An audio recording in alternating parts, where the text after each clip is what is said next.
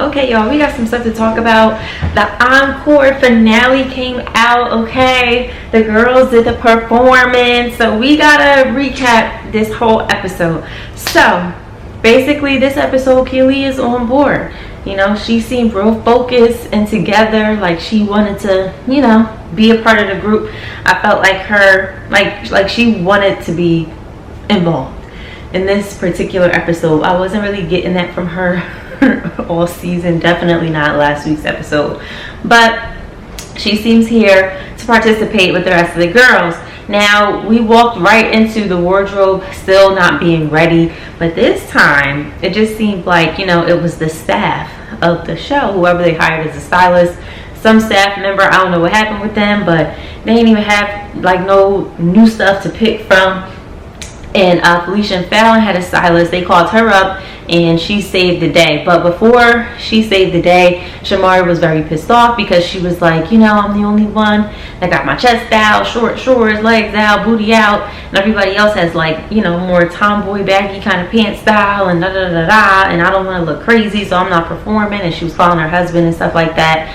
Now, rewind, because they had did the dance rehearsal and all of that stuff, but like the girls were so focused on wardrobe, and I understand like the way you look and all that stuff is super duper important, but when you saw the dance rehearsal that they were doing, it's like y'all were forgetting who was singing what parts, even though y'all are lip singing, and the choreography was like a little iffy, especially with the chairs and the sound it was making, because they didn't have a certain material on the floor.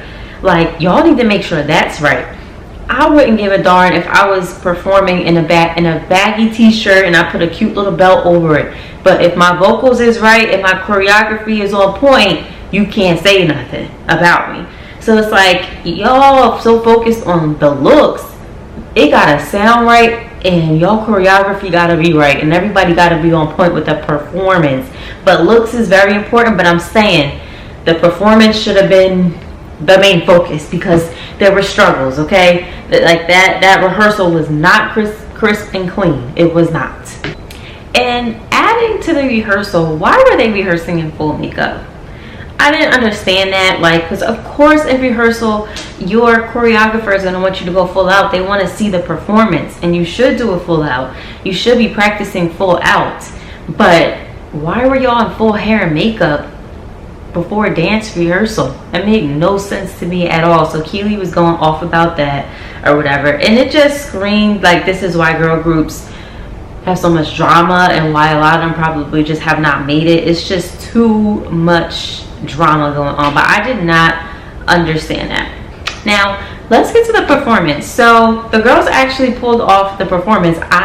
Overall I liked the performance of the songs. I liked a lot of the songs, but it just felt very divided, and it felt divided in a way where it was like the four girls and Pam. You know, like Pam was like a featured artist on 2 songs. That's like, she didn't seem a part of the group. Even when they were, I didn't even like how they introduced themselves on stage, but they also had, and we have another member of the group, Pam, and they had to bring her out. Like, why not have y'all introductions be done when all of y'all are on stage performing a song together? Because that whole performance, it definitely was super noticeable that Pam was not on a lot of songs, and that was not based on like the girls' decision as a whole. Pam didn't want to sing certain songs about the sex and, you know, all that, like, you know, stuff. Like, she doesn't want to sing those kind of songs. She wanted more like gospel kind of songs or whatever, which is why they had that one gospel song. But it just seemed very divided, and you noticed when she went off stage and went back on, even when she sung the gospel song that she came up with, why were all the other girls in the robes and Pam wasn't?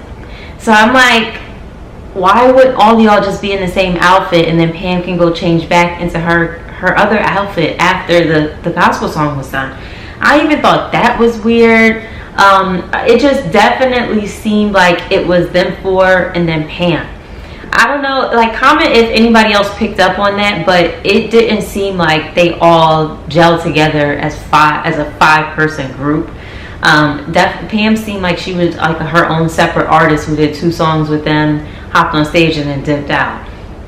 So I mean, and that's probably why I think Pam was really focused on just finishing the show and just making it to the end, because she kept saying that, you know, that she just wanted to make it to the end and just finish everything. I don't think it was Pam's intention to ever really like be in a group like seriously. And I was actually taken back. I knew they were gonna do a performance and everything, but when I started to see that they actually had an EP, like they actually released these songs, and it's actually on Apple Music, and it did pretty darn well. I think it was #1, and then it hit #2. I'm like, I didn't expect for this to actually be like real songs into the real world. I thought it was just all gonna be for the show. So when I saw that on Instagram, because who was it? I think it was Drew Sidora was giving Shamari her props on Instagram, and I think Porsche, I want to say, one of them. I think it was definitely Drew, and they were like shouting out how well the EP did on Apple Music, and I was like, they actually put this out? Like this is real stuff? I thought this was all for the show, you know? Like, I thought that this was like all like kind of fake, you know what I mean? So yeah, but it doesn't surprise me now that like we all know that Pam left the group, and they put that little caption or whatever at the very end of the episode. I was shocked, but it kind of makes sense when what I was picking up on, how it seems like them four and her. I feel like she was all like, she just didn't want to do the songs they wanted to do, and I don't think she really wanted to like seriously be in another like official group. I think she just wanted to do the show. And you know, the fact that they said that she went on to do gospel music, I'm like, that kind of fits with, you know, what Pam was giving us this whole season. So it kind of wasn't like way out in left field. It kind of wasn't. So, you know, maybe Pam was like, let me get on this show, you know, and she got herself back out there, got herself some exposure, and now she's gonna do her own thing. You know, I mean, hey, that's the only thing. The other thing that that was a little off to me. The other thing that was a little off to me was the order of the songs. The only thing that I wanted to pick up on and say was, I didn't understand how they did the gospel song, and then right after that they did Talking, because Talking, they were on the couch and, you know, bouncing their behinds and all this, like, you know, more sexual stuff. And I'm like, why did they do that song after the gospel song? It didn't make any sense. Like, I feel like they should have closed out with the gospel song, and the other song where they like highlight Breonna Taylor, like they like those two like more empowering songs, I felt like should have been at the end, and like Talking should have been like, I was just like, I was confused. I don't know if that was the editing, maybe it wasn't the right order, but I was just like, why would they do Talking after Pam's gospel song? That made no freaking sense to me. Like, I was just like, what? Like, we going to church and then we going back to the club? I don't understand. Like, that didn't make no sense to me. So now we know that, like, you know, they actually have, now I will say I love the Talking song though. The song is nice. Like, they got nice songs.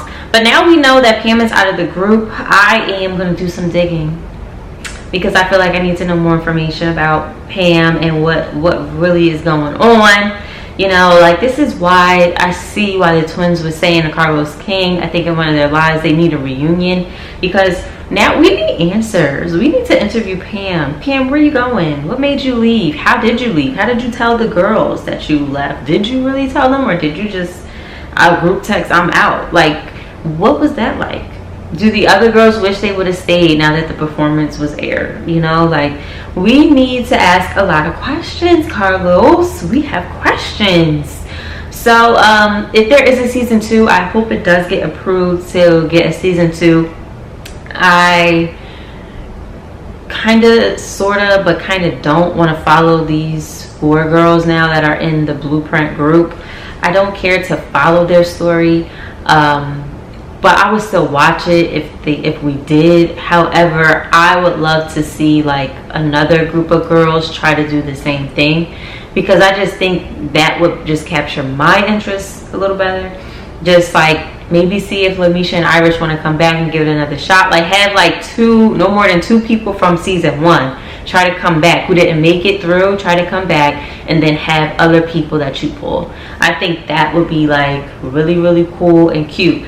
And I don't know, like was y'all expecting them to have like a real EP, like really available and stuff like that? Did y'all buy it? Did y'all stream it? Like, how do you feel about the music though? How did y'all feel about the performance? I was so glad like the performance actually came through and it actually looks good or whatever. So comment what you think down below, and I will see you in the next video. Bye guys.